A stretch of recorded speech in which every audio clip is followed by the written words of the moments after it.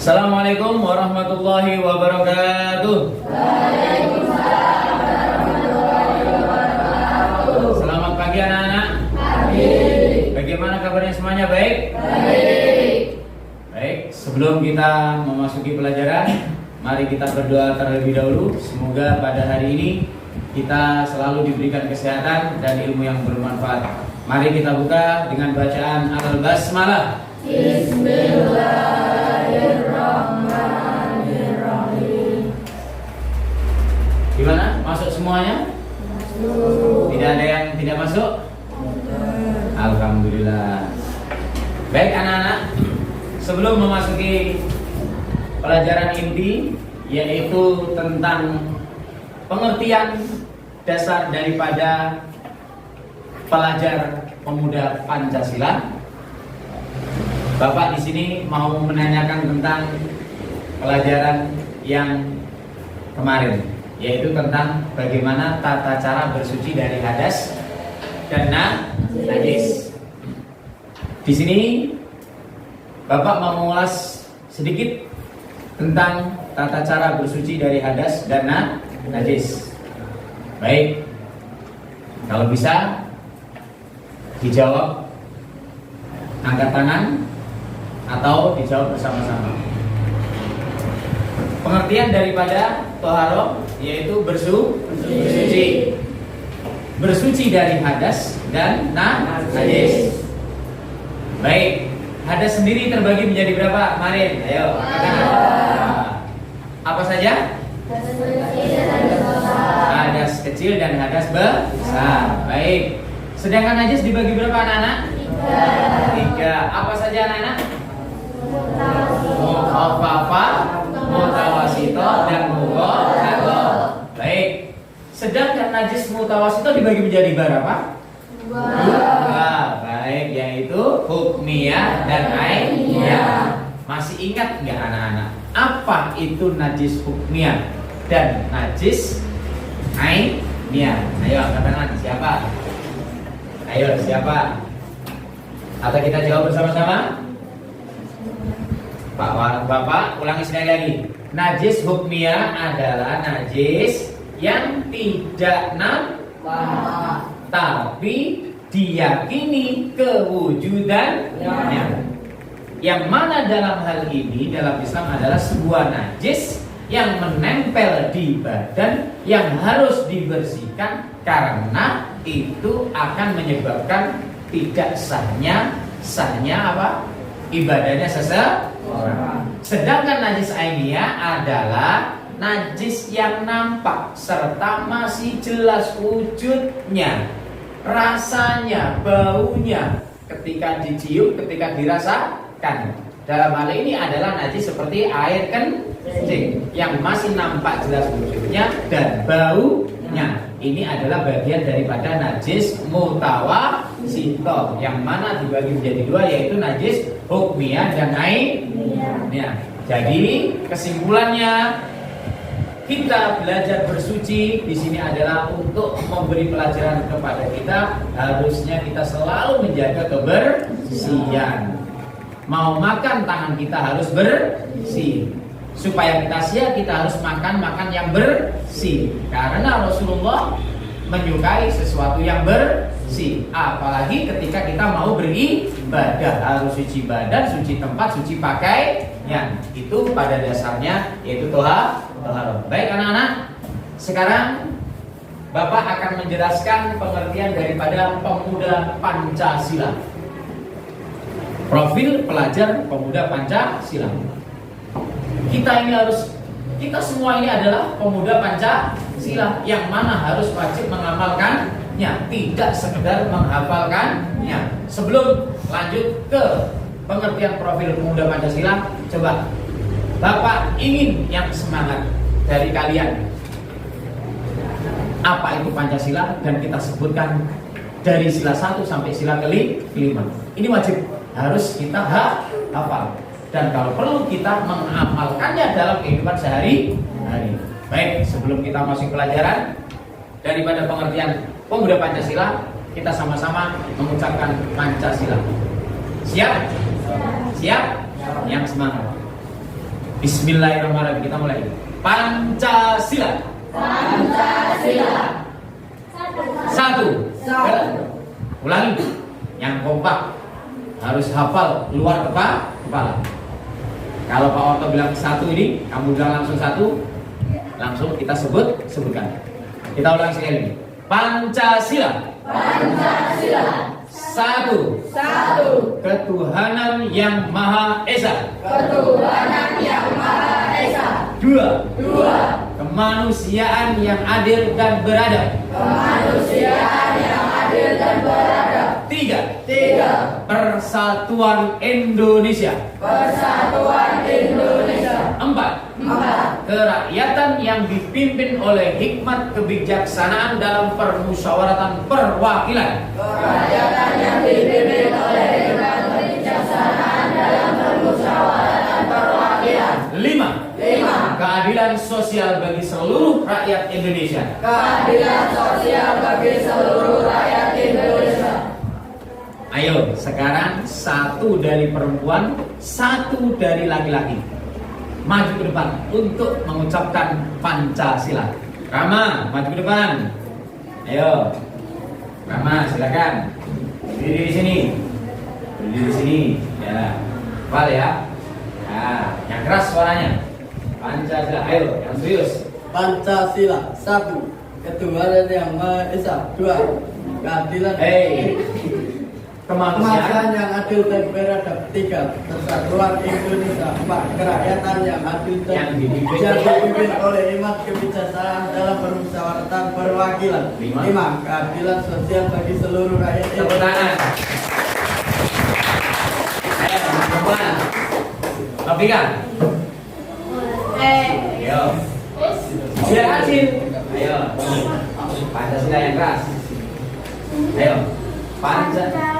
Satu. Ketuhanan yang Maha Esa. Dua. Kemanusiaan yang adil dan beradab. Tiga. Persatuan Indonesia. Empat.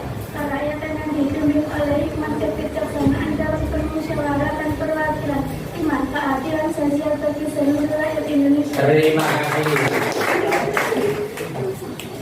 Kenapa kita harus hafal? Yang pertama, ketuhanan yang Maha Esa. Jadi, pengertian profil pemuda Pancasila yaitu wajib bertakwa, beriman. Di negara kita banyak, Pak. Mayoritas kita Islam, ada Hindu, ada Kristen, ada Buddha, ada Kristen, ada Protestan, Katolik. Sebagaimana keyakinan tersebut dikembalikan pada diri kita masing-masing. Sedangkan kita ini adalah Islam, berarti kita harus beriman kepada Allah, Tuhan yang Maha Esa. Jadi seseorang harus punya keyakinan, keimanan. Kita laksanakan dengan apa dalam kehidupan sehari-hari kita? Dengan beribadah, yaitu puasa, sholat dan lain sebagainya.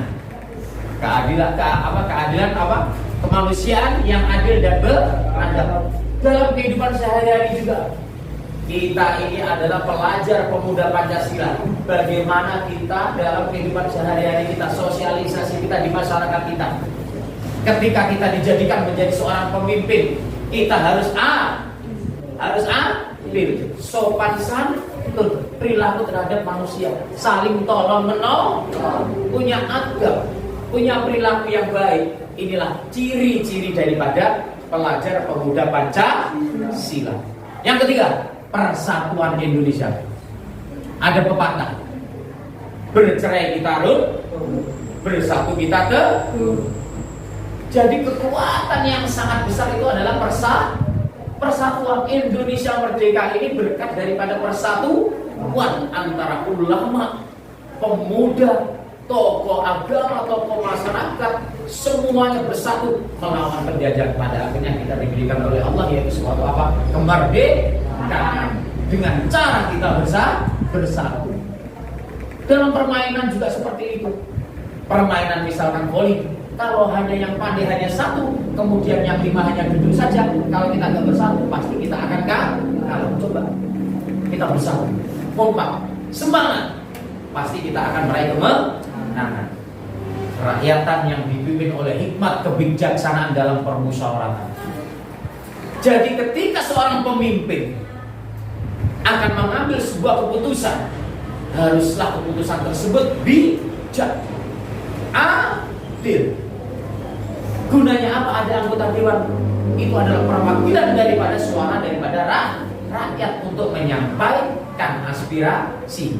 Yang kelima, keadilan sosial bagi seluruh rakyat Indonesia. Jadi seorang pemimpin di negara kita ini harus adil kepada masyarakatnya. Sama seperti bapak guru mengajar, ketika mengajar harus adil, tidak ada yang disembunyikan. Pilih kasih tidak diperbolehkan, semuanya harus adil. Satu dapat 50, semuanya harus 50 semuanya. Jadi mengambil keputusan, membagi segala macam sesuatu haruslah adil. Ini yang diperlukan. Semoga negara kita berkah, amanah, dan sentosa, sejahtera. Amin Allahumma amin. Baik, sekarang kita mau masuk pengertian profil Pancasila, yaitu sejumlah ciri, karakter, dan kompetensi yang diharapkan untuk diraih oleh peserta didik yang didasarkan pada nilai-nilai luhur Pancasila. Jadi Pancasila ini dibuat tidak hanya sekedar dibuat.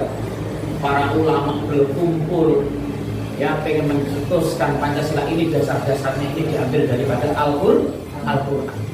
Satu, bertakwa kepada Tuhan yang Maha Esa, ketuhanan yang Maha Esa. Esa bagi kita adalah Allah. Esa bagi mereka yang selain agama kita mungkin Yesus, Kristus, atau Bunda Maria, atau apa segalanya. Itu keyakinan masing-masing. Paham anak-anak? Paham anak-anak? Sekali lagi, Pancasila tadi sudah hafal semuanya? Ya, baik, kita lanjutkan. Dimensi dan elemen profil pelajar Pancasila. Jadi ciri pemuda Pancasila mempunyai 6 karakteristik, 6 sifat, 6 dimensi, 6 elemen, 6 dasar pengertian. Apa saja? Yang pertama adalah beriman, bertakwa kepada Tuhan Yang Maha Esa, dan berakhlak mulia. Sangat penting sekali anak. Bapak sudah berulang kali bilang, kita harus menjaga perilaku kita. Yang terutama adalah sopan peribahasa kita, yaitu ucapan-ucapan kita. Dan yang paling utama dalam kehidupan kita, ketika kita sudah memiliki perilaku yang baik, perucapan yang baik, kita tidak lupa dengan Sang Pencipta, yaitu dengan kita melaksanakan ibadah seperti sholat, zakat, sedekah, puasa, haji, dan lain sebagainya. Bentuk syukur kita kepada Sang Pencipta. Yang kedua, berkebinekaan tunggal. Budaya kita, ras kita, kaum kita bermacam-macam, tapi kita harus tetap satu jua. Paham anak-anak? Paham anak-anak? Meskipun kita punya teman yang kulitnya hitam, meskipun kita mempunyai teman yang kulitnya putih, kita tidak boleh diskriminatif, yaitu membuli, menghina. Kamu hitam, bukan teman saya, itu tidak boleh. Kita berbeda-beda, tetapi tetap satu jua. Kita adalah satu bangsa Indonesia. Kita adalah satu saudara, dari ujung Sabang sampai ujung Merauke. Itu teman kita. Paham anak-anak? Yang nomor 3, mandiri. Nah, pemuda Pancasila harus mempunyai sifat karakteristik yang mandiri. Tidak seperti lagi ketika kita masih berada di bangku TK atau SD. Bu, Pak, minta makan, dimandiin. Kita sekarang harus mandiri, makan sendiri, minum sendiri, berangkat sendiri, tidur sendiri, cuci tangan sendiri. Kita mandi.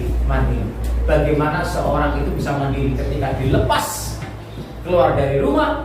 Ada suatu kesulitan, anak tersebut bisa memecahkan suatu masalah. Berarti itu adalah menunjukkan pemuda pelajar Pancasila, yang mana masuk dalam kategori yang nomor 3, yaitu mandiri. Yang nomor 4, bergotong royong. Masya Allah, ini yang paling penting dalam kehidupan kita. kita harus atau diwajibkan untuk bersosialisasi. Kita hidup di masyarakat tidak bisa hidup dengan diri kita sendiri. Kita harus hidup dengan bergotong royong.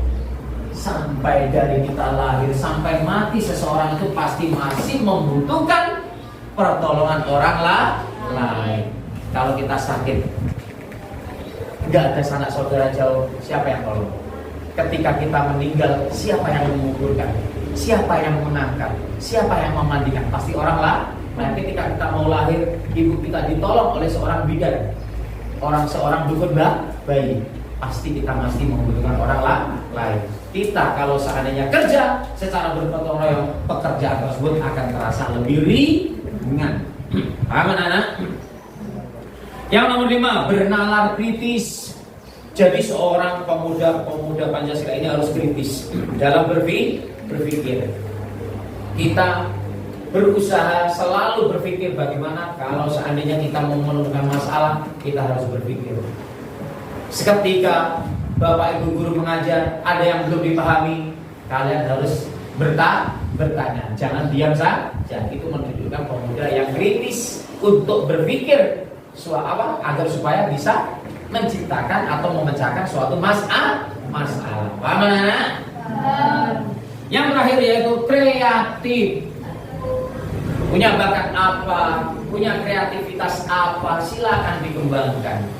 Jadi kita jadi orang itu nggak statis, nggak jumut, nggak monoton. Ini saja yang dilakukan, melakukan itu, ini dan lain sebagainya. Membuat karya apa, tulisan, membuat apa karya puisi, membuat apa kita bisa apa menari, bermain sepak bola. Kita harus kreativitas. Kita kembangkan kreativitas kita agar supaya menjadi bakat yang berkembang, dan hal tersebut akan memberikan manfaat bagi diri kita. Paham anak-anak? Coba sama-sama kita sebutkan 6 dasar elemen dimensi pemuda Pancasila. Yang nomor 1 apa anak-anak? Beriman. Sekali lagi kurang keras. Yang nomor 1 Beriman bertawakal pada Tuhan Yang Maha Esa dan dalam mulia. 2 3 Mandiri. 4 Bergotong royong. 5 Bernalar kritis. 6 Kreatif. Ada pertanyaan anak-anak? Ada pertanyaan? Tidak ada pertanyaan? Kita kalau tidak ada pertanyaan, mungkin cukup sampai di sini pelajaran kita tentang pengertian pemuda Pancasila, agar supaya menjadikan manfaat buat diri kita, buat masyarakat kita, buat keluarga kita. Amin Allahumma. Amin. Kita harus selalu berpraktek menjaga ketakwaan kita kepada Sang Pencipta, mandiri, kreativitas, bergotong royong, sopan dengan orang lain. Kita cukup akhiri ya. Semoga kita mendapatkan ilmu yang bermanfaat. Pada intinya pemuda Pancasila yang mana diharapkan kepada seluruh masyarakat, ketakwaan kita, kemandirian kita, gotong royong kita. Ketika di masyarakat ada sesuatu pekerjaan apapun, kita harus tanggap dan kita harus membantu kreatif. Kita menciptakan sebuah karya yang mana agar supaya membuat diri kita menjadi lebih bermanfaat lagi dalam masyarakat, mandiri, gotong royong dan lain-lain. Akhirul kalam. Assalamualaikum warahmatullahi wabarakatuh. Waalaikumsalam.